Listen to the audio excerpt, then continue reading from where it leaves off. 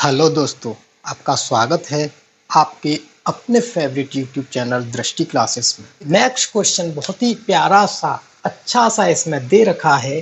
किसी ऊंचाई से गिराई हुई गेंद द्वारा तय की गई दूरी निम्न प्रकार है। यानी कि एक हाइट है, इस तरीके से मान के चलो ये जमीन है और एक हाइट से गेंद को नीचे गिराया गया है। तो नीचे जब गेंद गिरेगी तो जमीन से टकरा करके फिर से उठेगी, पर ये उतनी ऊंचाई तक नहीं पहुंच पाएगी जितनी ऊंचाई तक ये पहले से गिराई गई थी। तो कम ऊंचाई पर पहुंची होगी, तो इस तरीके से फिर से ये गिरेगी तो फिर से नहीं ऊंचाई तक पहुंच पाएगी, फिर से कम। इस तरीके से इसकी हाइट कम होती जाएगी और इस तरीके से ये चलती जाएगी और लास्ट में जाकर क्या हो जाएगी, जीरो हो जाएगी, एकदम जमीन से मिल जाएगी। यानी कि इसका उछलना मेरा बंद हो जाएगा। ठीक है, इस तरीके से ये कोई गेंद गिराई गई है। तो वो कह रहा है कि इस प्रकार से कोई गेंद गिराई गई है जिसमें कि पहली उछाल उसने जो भरी है वो 128/9 भरी हुई है, दूसरी जो है 32/3 है। इसी तरीके से ये मेरी गेंद है उछाल में दूरी तय कर दी गई है। तो वो पूछ रहा है कि ब्रह्मावस्था में पहुंचने से पहले यानी कि इसके रुकने से पहले गेंद द्वारा टोटल कितनी दूरी तय कर ली गई। तो इसमें क्या होता है, ये ऐसे जो क्वेश्चन होते हैं वो हमेशा हमें ज्योमेट्रिक प्रोग्रेशन यानी गुणोत्तर श्रेणी में ही सॉल्व करने हैं, गुणोत्तर श्रेणी में ही सॉल्व करने हैं। जिसका कि फर्स्ट टर्म हमें कितना दे रखा है, 128/9। अब हमें निकालना है आर। अब हमें क्या निकालना है, आर निकालना है। तो आर के लिए मैंने क्या बताया, किन्हीं भी दो टर्म्स का डिफरेंस ले लो, किन्हीं भी दो टर्म्स का रेशियो ले लो। T2/T1 ले लो, चाहे T3/T2 ले लो, चाहे T4/T3 ले लो, चाहे T5/T4 ले लो। एक कम का हमें नीचे लिख लेना है। ठीक है, एक कम 3 है तो यहाँ पे 2 लिखो, 2 है तो यहाँ पे 1 लिखो। इसका इनमें से किसी का भी रेशियो हम ले सकते हैं। तो जिसका हमें इजी पड़ेगा उसके हिसाब से हम उसका रेशियो ले लेंगे। तो यहाँ पे मैं देखूं तो ये मेरा कौन सा है, T4 है, यहाँ पे कौन सा है, ये T3 है। तो अगर मैं रेशियो निकालता हूँ तो इस तरीके से भी तो निकाल सकता हूँ, T4/T3। क्यों, क्योंकि ये 6 और 8 मेरे लिए इजी पड़ रहे हैं। तो 6/8, 3 से काटेंगे तो सॉरी 2 से काटेंगे, 2 से काटेंगे तो कितनी बार कट जाएगा, 3 बार, और 2 से काटेंगे तो ये कितनी बार कट जाएगा, 4 बार। तो यहाँ से मेरा आर कितना आ जाएगा, 3/4 मेरा आर आ जाएगा। क्यों, पर क्योंकि ये सीरीज जो चल रही है वो हमारी अनंत तक जा रही है, हमें नहीं पता कि ये उछाल कितनी भरेगी। इनकी उछालों की संख्या हम मान लेते हैं अनंत, मान के चलो ये अनंत उछाल यहाँ पे भरेगी। तो इनकी उछालों में जो तय की गई दूरी होगी वो कितनी होगी, ऐसे ऐसे होगी। ठीक है, तो फिर हम क्या कर लेते हैं, इसको अनंत मान लेते हैं। तो एस अनंत का फॉर्मूला हमने पढ़ा है। एस अनंत का फॉर्मूला क्या होता है, A/1 - R।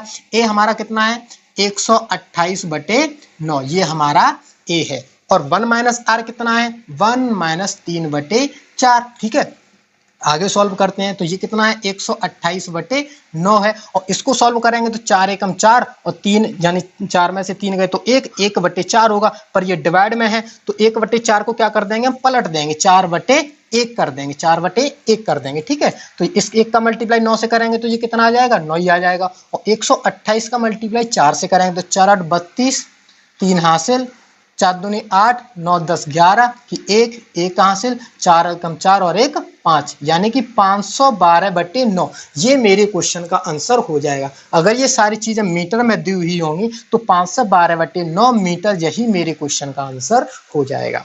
अब बहुत ही अच्छा सा क्वेश्चन हमें दे रखा है। एक जीपी हमें दे रखी है, ज्योमेट्रिक प्रोग्रेशन 625, उसके बाद 125, इसी तरीके से सीरीज चलती जा रही है। इसका कौन सा पद यानी कि n हमें उसमें उसने पूछा है कौन सा पद क्या होगा, 1/25 होगा। तो फिर हम क्या कर देते हैं, यानी कि यहाँ पे टर्म ऑफ n हमें दे रखा है, कितना दे रखा है, 1/25 दे रखा है। और जीपी में टर्म ऑफ n निकालने का फॉर्मूला क्या होता है, जीपी में टर्म ऑफ n निकालने का फॉर्मूला होता है AR⁻n-1। जहां पे a क्या होता है, फर्स्ट टर्म, ये हमारा a हो गया, ये हमारा क्या हो गया, a हो गया। और हमें निकालना है r। तो r कैसे निकालेंगे, r निकालने का फॉर्मूला होता है T2/T1 यानी कि 125/625। ठीक है, और इसको इससे कट करेंगे तो ये कितनी बार कट जाएगा, 5 बार, यानी कि 1/5। r कितना आ जाएगा हमारा, 1/5, ये मेरा r आ जाएगा। अब क्या करना है, फॉर्मूले में पुट कर दो। तो फॉर्मूले में पुट करेंगे, Tn की वैल्यू कितनी दे रखी, 1/25। तो 1/25 तो इसको लिख लो, a कितना है हमारा 625, तो 625 हमने इसको नोट कर लिया, मल्टीप्लाई r कितना दे रखा है, 1/5। 5, आर कितना दे रखा है 1/5 और इसकी पावर n-1। n तो हमें फाइंड आउट ही करना है, n क्या करना है हमें फाइंड आउट करना है कि वो कौन सा पद होगा, तो n हमें फाइंड आउट करना है। चलिए आगे चलते हैं। 625 क्या दे रखा है यहाँ पे मल्टीप्लाई में दे रखा है, तो 625 को हम इधर लेके आते हैं, तो क्या कर लेंगे 25 × 625, 25 × 625, इधर क्या बचेगा 1/5 की पावर n-1, इधर क्या बचेगा 1/5 की पावर n-1। इसे हम घात के नियम से सॉल्व कर देंगे। यदि किसी संख्या a/b कोई संख्या लिखी हो, इसकी पावर लगी हुई है n इस तरीके से, तो ये जो पावर है वो दोनों पे अलग अलग डिवाइड हो जाती है। ये दो पावर क्या होती है दोनों पे अलग अलग डिवाइड हो जाती है। तो यहीं से मैं इनको सॉल्व कर लेता हूँ। अगर इसको देखो तो देखो ये क्या हो जाएगा, ये 5 स्क्वायर हो जाएगा मल्टीप्लाई, ये कितना हो जाएगा 5 की पावर 4, ये कितना हो जाएगा 5 की पावर 4। 625 कितना होता है 5 की पावर 4 होता है, बराबर 1 की पावर में कुछ भी लगा दूं तो 1 पे तो कोई फर्क पड़ेगा नहीं, और 5 की पावर यहाँ पे कितनी हो जाएगी n-1, यानी कि n-1 को मैंने क्या कर दिया दोनों पे डिवाइड कर दिया। पर 1 की पावर कुछ भी लगा दो तो इससे कोई फर्क मेरा पड़ेगा नहीं, 1 की पावर कुछ भी लगा दो हमेशा आंसर 1 ही आएगा। अब चलते हैं आगे, यहाँ से 1/5 की पावर 1 ही बेस हो जब संख्याएं मल्टीप्लाई में दी हो और दोनों का बेस आधार सेम हो, यहाँ पे आधार सेम है 5 और 5, तो उनकी घातें हमेशा जुड़ जाती हैं। तो 5 की आधार है तो 5 आधार को तो जैसा का तैसा लिख लो, और घात कितनी 2 और 4 कितनी हो जाएगी 6 हो जाएगी, ठीक है। और उधर क्या बचेगा 1/5 की पावर n-1। अब देखता हूं मैं ये 1 ये अपॉन बराबर का साइन लगा हुआ है, तो डिफरेंस किससे आ रहा है 5 की पावर 6 और 5 की पावर n-1, यानी कि यहाँ पे 5 की पावर में जो दे रखा है, यहाँ पे 5 की पावर में जो दे रखा है उसी से मेरा ये डिफरेंस आ रहा है। तो मैं कह सकता हूं कि ये जो 6 बराबर होगा वो मेरे n-1 के बराबर होगा, यानी n-1 किसके बराबर होगा 6 के बराबर होगा। तो n बराबर कितना आ जाएगा, ये माइनस का 1 उधर चला जाएगा तो 6 में ऐड हो जाएगा तो कितना हो जाएगा 7, यानी n बराबर मेरा कितना आ जाएगा 7, यानी कि वो टर्म कौन सा होगा जिसपे कि 125 मान आएगा, वो टर्म कितना होगा 7, यही मेरे क्वेश्चन का आंसर हो जाएगा। तो चलिए अब बात कर लेते हैं एक और बेहतरीन क्वेश्चन की। जैसे कि क्वेश्चन दे रखा है एक बॉल को 500 मीटर की हाइट से फेंका गया, यानी कि इसमें ये मान के चलो जमीन है और इसको ये 500 मीटर की हाइट से बॉल को नीचे फेंका गया है। फिर क्या होता है, तो बॉल पिछली उछाल का 4/5 ऊंचाई उछलती है, यानी कि बॉल नीचे आई जमीन से टकराई, अब ये कितना उछलेगी, जो पिछली उछाल थी यानी कि 500 थी, 500 का 4/5 कितना हो जाएगा 400, 500 का 4/5 कितना हो जाएगा 400, ठीक है। तो यानी कि 400 मीटर की ऊंचाई पे ये बॉल उछलती है। तो एक बार 400 मीटर ऊपर गई और फिर ऐसे नीचे आएगी तो तब भी कितनी आएगी 400 मीटर ही आएगी, 400 मीटर। तो यहाँ पे आकर के फिर 400 मीटर, अब इसके द्वारा फिर से टकराएगी और फिर से ऊपर जाएगी, तो फिर कितना पिछली उछाल का यानी 400 का कितना 4/5, तो 5 से काटेंगे तो कितनी बार कट जाएगा 80 बार, 8 चौके 32, यानी 320 मीटर। यानी इस तीसरी उछाल में ये कितना उछलेगी 320 मीटर, इस तीसरी उछाल में कितना उछलेगी 320 मीटर। इसमें कितना थी 400, यानी 400 इधर से गई और 400 इधर से आई, 320 इधर से गई और 320 ऐसे आएगी। फिर इसका आगे उछलेगी तो फिर इसका 4/5, फिर 4/5, फिर इस तरीके से 4/5 होते होते ये संख्या हमारी आगे बढ़ती जाएगी। तो माना इस संख्या में हम कितना मान लेते हैं, ये n बराबर कितना मान लेंगे अनंत, यानी कि यहाँ पे n कितनी होगी अनंत, यानी कि उसने अनंत उछालें इस प्रक्रिया में की। किस जब बॉल को ऊपर पटका गया, ऊपर से नीचे उछाला गया, तो फिर अनंत प्रक्रिया में इसको इस तरीके से आगे बढ़ाया गया। अब क्या करते हैं, अब हम इसकी बनाते हैं सीरीज कि इसकी श्रेणी कैसे बनेगी। तो इसमें देखो पहला नंबर क्या था 500, ठीक है। 500 के बाद फिर पिछली एक उछाल फिर उसने कितने की भरी 400 की भरी, फिर वो नीचे आई, टोटल ये उसकी क्या बनेगी श्रेणी बनेगी। फिर नीचे आई तो फिर कितने की हो जाएगी 400 की, फिर ऊपर गई 320 की, फिर नीचे आई 320 की। इसी तरीके से ये श्रेणी मेरी अनंत तक चलती चली जाएगी। अब मैं बात करता हूं इस श्रेणी को बनाने की। तो देखो उछाल में अंतर कितने का है, यहाँ पे 4/5 का अंतर आया। इसी तरीके से फिर इस तरीके से ये तो नीचे आ गई, फिर यहाँ से ये 4/5 का अंतर आया, फिर ये नीचे आ गई तो फिर यहाँ से आगे 4/5 का अंतर आएगा, यानी कि एक छोड़ करके मेरा 4/5 का अंतर आ रहा है, तो इस तरीके से यहाँ पे दो श्रेणी बन जाएंगी मेरी। एक तो ये वाली बन जाएगी 500 फर्स्ट सीरीज मेरी क्या बनेगी 500, 500 के बाद 400, 400 के बाद 320, 300 बाद इसी तरीके से ये मेरी कहाँ तक जा रही है, इन्फिनिटी तक जा रही है। और दूसरी सीरीज क्या बनेगी 400, यानी ये सीरीज कहाँ से स्टार्ट होगी 400 से, यहाँ से स्टार्ट होगी, यहाँ पे पहुंच जाएगी, फिर उसके बाद ये सीरीज मेरी सेकंड वाली यहाँ से स्टार्ट होगी। ठीक है, तो 400 plus 320 plus dash dash dash अनंत तक ये मेरी इस तरीके से ये चली जाएगी। अब क्योंकि ये सीरीज कहां तक जा रही है, इन्फिनिटी तक जा रही है, तो सम ऑफ इन्फिनिटी का मैंने फॉर्मूला आपको पढ़ाया है। सम ऑफ इन्फिनिटी का फॉर्मूला क्या होता है, a अपॉन 1 माइनस आर। ठीक है, और आर हमें कितना दे रखा है, आर हमें कितना दे रखा है 4/5। यहाँ पर रेशियो निकालने की जरूरत है ही नहीं, क्योंकि उसने बोला है कि पिछली उछाल का कितना है 4/5 है, यानी 4/5 वो मेरी बढ़ती जा रही है, यानी कि आर कितना है 4/5 है। तो मैं फर्स्ट सीरीज की बात करता हूं। फर्स्ट सीरीज में ए कितना है 500, यानी कि एस फर्स्ट के लिए मैं निकालता हूं सम। ठीक है, एस फर्स्ट के लिए अनंत का सम मैं निकालता हूं, तो ए कितना है 500 बटे 1 माइनस आर, यानी 1 माइनस 4/5, 1 माइनस 4/5। आगे सॉल्व करेंगे तो 500 तो 500 रहेगा ही, उसको करेंगे तो 5 एकम 5, 5 में से 1 गया तो 1, 5 में से 4 गया तो 1/5, ये कितना हो जाएगा 1/5। तो 5 ऊपर जाएगा तो कितना हो जाएगा, 5 का मल्टीप्लाई हो जाएगा 500 से, तो कितना हो जाएगा 2500। ठीक है, यानी कि जो फर्स्ट सीरीज मेरी चल रही है तो उसके हिसाब से तो ये 2500 मीटर चल रही। अब सेकंड सीरीज का भी हमें जोड़ना है, तो सेकंड सीरीज में क्या होगा, फर्स्ट टर्म इसका कितना दे रखा है, सेकंड सीरीज का हम निकालेंगे तो फर्स्ट टर्म कितना दे रखा है 400 दे रखा है, अपॉन 1 माइनस 4/5, यानी कि 400/1/5 हो जाएगा। और इसका करेंगे तो 5 चौके कितना हो जाएगा, 5 चौके 20, यानी कि 2000 मेरा यहाँ से आ जाएगा। तो 2000 तो मेरी सेकंड सीरीज में चल रही मीटर। ठीक है, 2000 दूरी तो मेरी सेकंड सीरीज में चल रही उसने, और 2500 मेरी उसने फर्स्ट सीरीज में चल रही। तो टोटल कितना चल रही, तो फर्स्ट प्लस सेकंड कर देंगे तो कितनी हो जाएगी 2000 प्लस 2500, कितनी हो जाएगी 4500 मीटर। 4500 मीटर मेरी बॉल यहां से लेकर के पूरी यहां तक की दूरी वो चल लेगी। तो ये तो था इसका लॉन्ग वाला क्वेश्चन, अब हम करते हैं शॉर्ट टाइप में।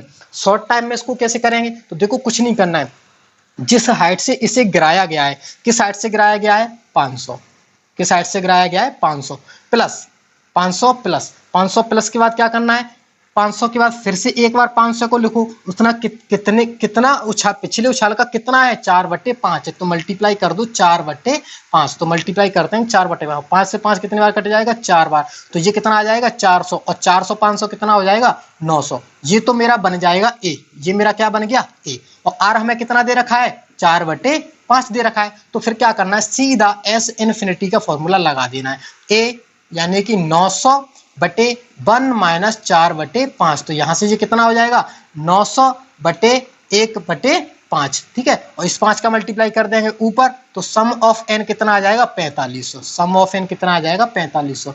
चाहे इस तरीके से निकाल लो, जिसमें कि क्या करना है, जितनी हाइट से गिराई गई है उसको लिखो, प्लस जितनी हाइट से गिराई गई थी उसका कितना उछाल थी 4/5, उसका मल्टीप्लाई करो। जब इसको सॉल्व करेंगे तो हमारा आ जाएगा ए, हमारा क्या आ जाएगा फर्स्ट टर्म आ जाएगा ए। ठीक है, और फर्स्ट टर्म हमारा आई गया, और आर हमें दे ही रखा है। ठीक है, तो उसका एस ऑफ इन्फिनिटी हम कैसे निकाल लेंगे, 900/1 माइनस 4/5, इसको सॉल्व करेंगे तो हमारे क्वेश्चन का आंसर आ जाएगा 4500। नेक्स्ट क्वेश्चन दे रखा है n की पावर 1/2 मल्टीप्लाई n की पावर 1/4 मल्टीप्लाई n की पावर 1/8। ये मान के चलो p के बराबर दे रखा है, ये किसके बराबर दे रखा है, p के बराबर दे रखा है। तो हमें क्या करना है, इसका सॉल्व निकालना है, इसका आंसर क्या होगा। अगर मैं इसको देखूं तो जब सभी के आधार हमारे कैसे हो, सेम हो, जब आधार हमारे सेम हो, जैसे a की पावर x दे रखी हो, a की पावर y दे रखी हो, a की पावर z दे रखी हो, तो जब आधार सेम हो तो उनकी घातें क्या हो जाती हैं, ऐड हो जाती हैं। a की पावर क्या बन जाएंगे x plus y plus Z.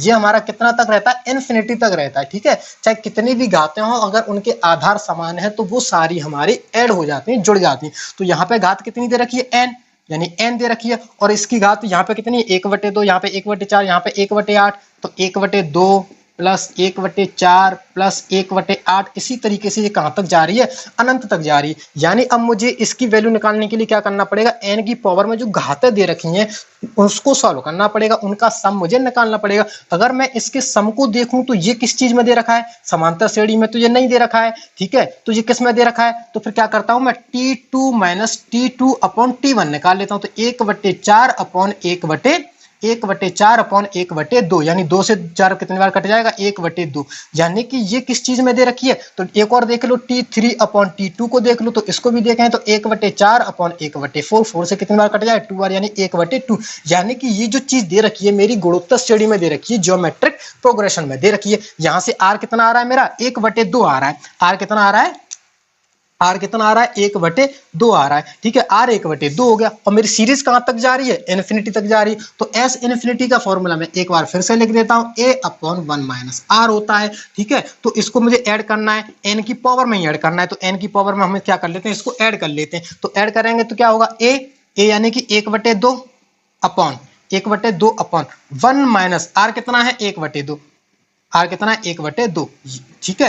यहां से आगे सॉल्व करते हैं तो n की पावर में सॉल्व कर लेते हैं, ठीक है। तो 1/2 तो ये हो गया, और एक में से 1/2 चला जाएगा, यानी एक में से आधा गया तो कितना बचेगा, आधा बचेगा, तो 1/2 ऊपर बचेगा और 1/2 मेरा नीचे बचेगा। 1/2 से 1/2 मेरा क्या हो जाएगा, कट जाएगा, तो p बराबर कितना आ जाएगा, n, यानी कि इस क्वेश्चन का आंसर कितना आ जाएगा, n। आगे चलते हैं एक और बेहतरीन क्वेश्चन की तरफ। जैसे क्वेश्चन दे रखा है, एक वर्ग की भुजा दे रखी है 16 सेंटीमीटर, एक वर्ग की भुजा कितनी दे रखी है, 16 सेंटीमीटर। वर्ग वह आकृति होती है जिसकी चारों भुजाएं बराबर होती हैं। अगर एक दे रखी है तो उसकी चारों भुजाएं क्या होंगी, बराबर होंगी। यदि वर्ग की भुजाओं के मध्य बिंदु यानी कि मिड पॉइंट, इस भुजा का मिड पॉइंट क्या होगा, जो बिल्कुल बीच में होगा, एग्जैक्ट सेंटर में होगा, ठीक है, को मिलाकर अनंत वर्ग बनाए गए हैं। यानी कि एक जैसे वर्ग दे रखा है, इसके सारी भुजाओं के मध्य बिंदुओं को मिलाकर के एक वर्ग बना दिया गया, ठीक है। फिर इस वर्ग के मध्य बिंदुओं को मिलाकर के अगला वर्ग बना दिया गया, फिर जो वर्ग बनाए उसके मध्य बिंदुओं को मिलाकर के अगला वर्ग बना दिया गया, फिर इसके मध्य बिंदुओं को मिलाकर के अगला वर्ग बना दिया गया, फिर इसके मध्य बिंदुओं को, इसी तरीके से ये प्रोसेस हमारी कहां तक चलती आ रही है, अनंत तक चलती जा रही है। तो सभी वर्गों के क्षेत्रफल का योग ज्ञात करना है। तो क्या करना है, इन सभी वर्गों के क्षेत्रफल का हमें योग ज्ञात करना है। देखो एक चीज यहां से, तो इस तरीके से जो सीरीज बनती है वो भी हमारी हमेशा गुणोत्तर श्रेणी में ही रहती है। एक चीज यहां से गौर करने वाली ये है कि यहाँ पे वर्ड आया है अनंत, तो अनंत से हमें तुरंत समझ जाना है कि यहाँ पे जो फॉर्मूला लगने वाला है वो एस ऑफ अनंत का लगने वाला है, जो कि होता है A/1 माइनस R। सबसे पहली चीज हमारे दिमाग में ये यहाँ से आ जानी चाहिए। अब हम बात कर लेते हैं क्षेत्रफलों की। तो देखो यहाँ पे एक ज्योमेट्री में थ्योरम होती है, वो ये होती है कि अगर मान के चलो मैं इसके बड़े वाले वर्ग के क्षेत्रफल को मैं A मान लेता हूँ, A1, ठीक है, और इसके मध्य बिंदुओं को मिलाकर के जो वर्ग बना है उसके क्षेत्रफल को मैं मान लेता हूं A2, ठीक है। मैं इन दोनों की ही बात कर लेता हूं, तो इन दोनों में रिलेशन होता है A2 हमेशा A1 जो होगा, A1 जो होगा वो A2 का कितना होगा, 2 गुना होगा। A2 का कितना होगा, 2 गुना होगा। यानी कि मैं जो इनके मध्य बिंदुओं को मिलाकर के जो वर्ग बनाया गया है उसका 2 गुना कर दूं तो वो A1 के बराबर बैठेगा। या फिर दूसरे तरीके से देखें, अगर मैं A1 का यानी बड़े वाले वर्ग का आधा कर दूं तो वो किसके बराबर होगा, जो इसके मध्य बिंदुओं को मिलाकर के बनाया गया होगा उसके बराबर होगा। यानी कि इसका जो क्षेत्रफल होगा वो बड़े वाले वर्ग के आधा होगा। इसी तरीके से इस वर्ग का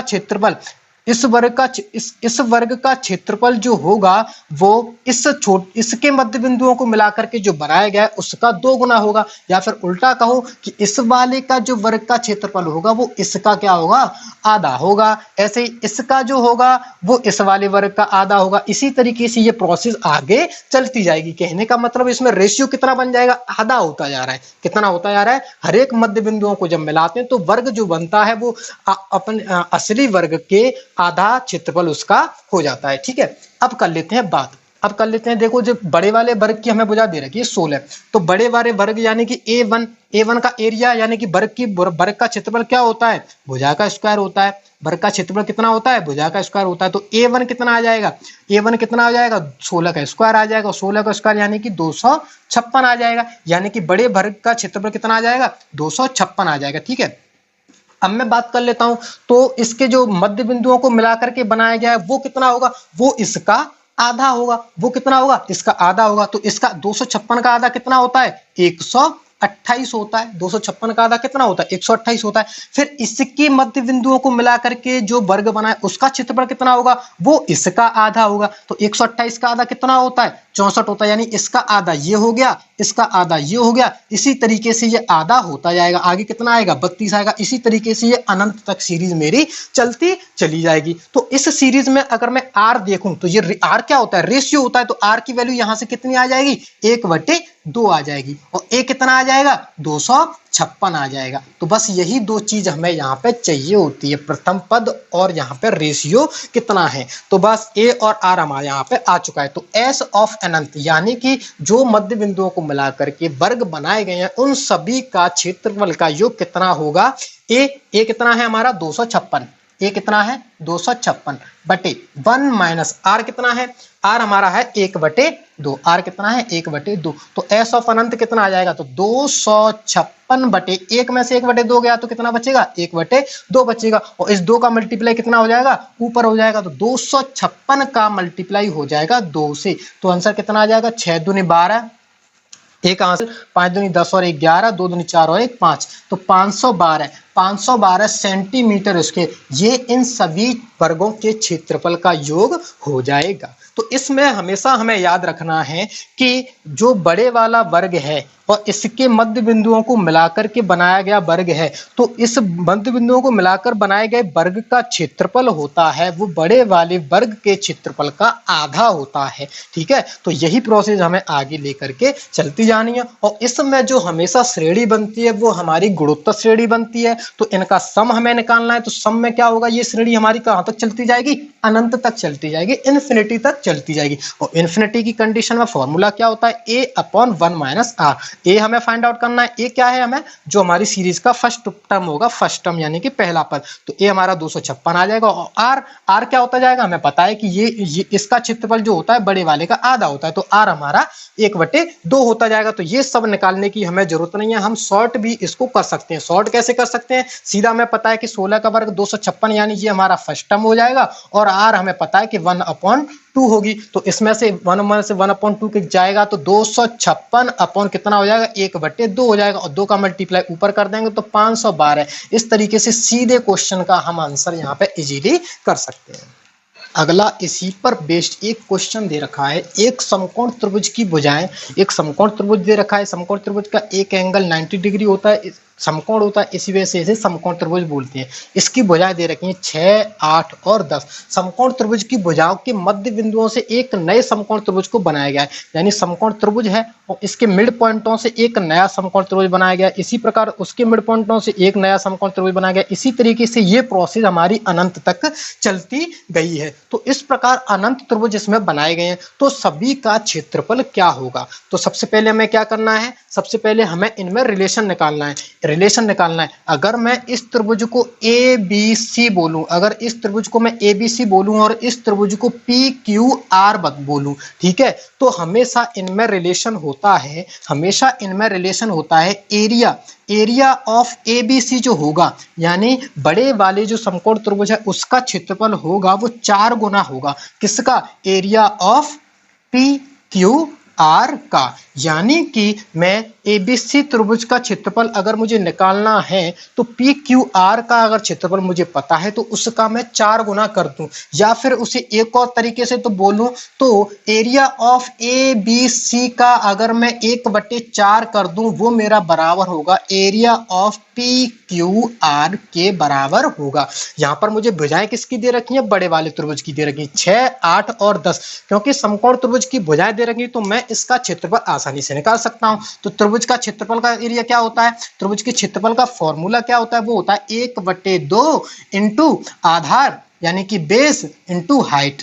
आधार इंटू ऊंचाई, ये मेरा होता है समकोण त्रिभुज के क्षेत्रफल का फॉर्मूला। ठीक है, तो यहाँ पे मुझे बेस और हाइट दे रखी है, ये मेरा बेस हो जाएगा, ये मेरी हाइट हो जाएगी। तो यहाँ से मैं इसका क्षेत्रफल निकाल सकता हूँ 1/2 मल्टीप्लाई 8 मल्टीप्लाई 6, यानी 2 से ये कितनी बार कट जाएगा 4 और 6 चौक 24, यानी 24 इस बड़े वाले त्रिभुज के क्षेत्रफल मेरे पास आ जाएगा। तो बड़े वाले त्रिभुज का क्षेत्रफल मेरे पास 24 आ गया। ठीक है, तो इसके मध्य बिंदुओं को मिलाकर के जो त्रिभुज बनेगा उसका क्षेत्रफल कितना होगा, वो इसका 1/4 होगा। तो 24 का 1/4 कर दूं मैं, तो 24 का 1/4 करूंगा तो कितना आ जाएगा 6। तो इस वाले का कितना आ जाएगा 6 आ जाएगा। और इसके त्रिभुज के मध्य बिंदुओं को मिलाकर के जो बनाया गया होगा वो क्या होगा, वो इसके क्षेत्रफल का 1/4 होगा, यानी 6 का मैं क्या कर दूंगा 6/4 कर दूंगा। इसी तरीके से ये सीरीज मेरी अनंत तक चलती चली जाएगी। अब मुझे क्या निकालना है, इनका सम निकालना है। तो सम ऑफ अनंत तक का मुझे निकालना है। तो ए मेरा व्यास कितना दे रखा है 24 दे रखा है, ए कितना दे रखा है 24 दे रखा है, और इनमें डिफरेंस कितने का आ रहा है 1/4 का आ रहा है। इनका रेशियो कितना आ रहा है 1/4 का आ रहा है। ठीक है, डिफरेंस कितने का है 1/4 का है। तो 1 - 1/4 यहाँ पे कर दूंगा तो कितना हो जाएगा 24/4 में से 4 एकम 4 में से 1 गया तो 3/4। ठीक है, तो 4 तो मेरा चला जाएगा ऊपर, 4 तो मेरा चला जाएगा ऊपर, तो 24 × 4 और बटे 3, यानी 3 से ये कितनी बार कट जाएगा 8 बार। तो 8 चौके 32, 8 चौके 32, यही मेरे क्वेश्चन का आंसर हो जाएगा सेंटीमीटर स्क्वायर, यही मेरे क्वेश्चन का आंसर हो जाएगा। कितना आ जाएगा 32। तो ये भी क्या है, एक इजी क्वेश्चन है जिसमें कि हमें पता होना चाहिए कि इस त्रिभुज के क्षेत्रफल में और इस त्रिभुज के क्षेत्रफल में रेशियो कितना होता है। तो वो कितना होता है 1/4 होता है, यानी इसका 1/4 कर दूं वो इसके बराबर हो जाएगा। इसमें जो 4 त्रिभुज बने हैं 1 2 3 4, इन चारों की वैल्यू, चारों की जो क्षेत्रफल है वो समान होता है। इस वजह से किसी भी त्रिभुज का क्षेत्रफल निकाल लो वो चारों का क्या रहेगा बराबर रहेगा। ठीक है, तो यहाँ पे रेशियो में पता चल जाएगा, उससे हम इजीली फर्स्ट टर्म हम पता निकाल ही सकते हैं, क्योंकि ये अनंत तक जा रहा है तो हम आसानी से इसका निकाल सकते हैं। फर्स्ट टर्म पता चल जाएगा। अब हमें आर चाहिए, आर हमें पता है कि 1/4 होती है, तो सीधा फॉर्मूले पुट करेंगे और हमारे आंसर का आ जाएगा 32। ठीक है, तो आज के लिए इतना ही। आगे मिलेंगे हम आपको नेक्स्ट क्लास में, जिसमें कि हम स्टार्ट करने वाले हैं फ्रैक्शन, भिन्न। तो नेक्स्ट क्लास लेना ना भूलें, बहुत ही अच्छा टॉपिक है, अच्छे से पढ़ेंगे, धीरे धीरे समझ के हम उसको कंप्लीट करेंगे। और चैनल को लाइक करना, शेयर करना और सब्सक्राइब करना बिल्कुल ना भूलें, और मेरे साथ जुड़े रहिए, अपनी पढ़ाई को कंटिन्यू रखिए। तब तक के लिए बाय बाय, टेक केयर।